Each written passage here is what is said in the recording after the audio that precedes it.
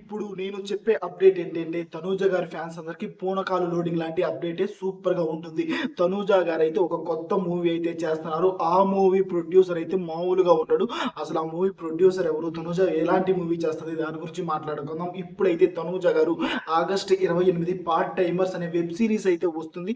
ఆ web series హాట్‌స్టార్‌లో వస్తుంది. ఖచ్చితంగా చూడండి. దానికంటే ముందు అగ్ని పరీక్ష సీజన్ 2 కూడా అంటే ఈరోజు గాని, రేపు గాని తనూజ గారు వచ్చే అవకాశం చాలా అంటే చాలా ఉంది ప్రమోషన్స్ కోసం.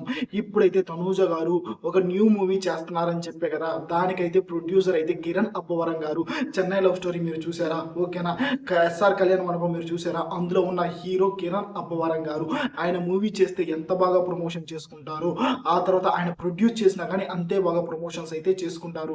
ఇప్పుడైతే తనూజ గారు అయితే కిరణ్ అబ్బవరం గారు ప్రొడ్యూసర్ గా, తనూజ గారు అయితే మెయిన్ రోల్, ఓకేనా, ఒక హీరోయిన్ రోల్ మెయిన్ రోల్ అయితే చేస్తున్నారంట. ఇప్పుడు దాకా ఎలాంటి జోనరు చేయలేదంట. అలాంటి జోనర్ అయితే ఇప్పుడు తనూజ గారు చేస్తున్నారంట.